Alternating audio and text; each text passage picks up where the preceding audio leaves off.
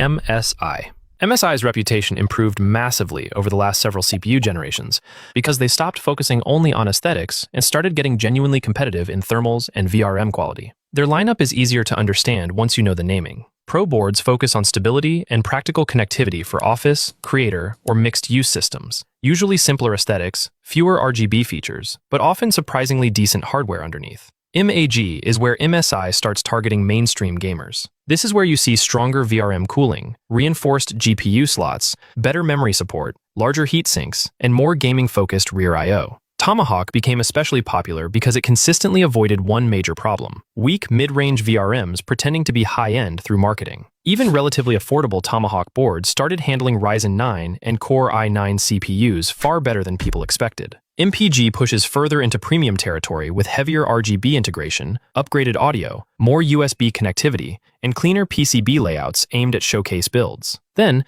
MEG sits at the top with enthusiast-focused features like extreme power delivery, advanced debug tools, and overclocking-focused BIOS options. At that point, motherboard pricing starts entering small gaming laptop territory. One thing MSI generally does well is DDR5 compatibility and memory training stability. Memory training is basically the motherboard and CPU figuring out stable RAM timings during boot. Early AM5 systems across the industry sometimes took so long to boot that people thought the PC froze. MSI boards gained a decent reputation for handling that process more smoothly over time. Their BIOS layouts also tend to be beginner-friendly, maybe not the prettiest, but straightforward. That matters more than people realize once you're troubleshooting expo instability, adjusting fan curves, or trying your first undervolt. The downside is that MSI sometimes plays things a little too safely. Designs can feel repetitive between generations, and lower-end models occasionally sacrifice rear USB connectivity more aggressively than competitors. Their software ecosystem also still has mixed reactions. Mystic Light works perfectly for some people. For others, it becomes the first thing they uninstall.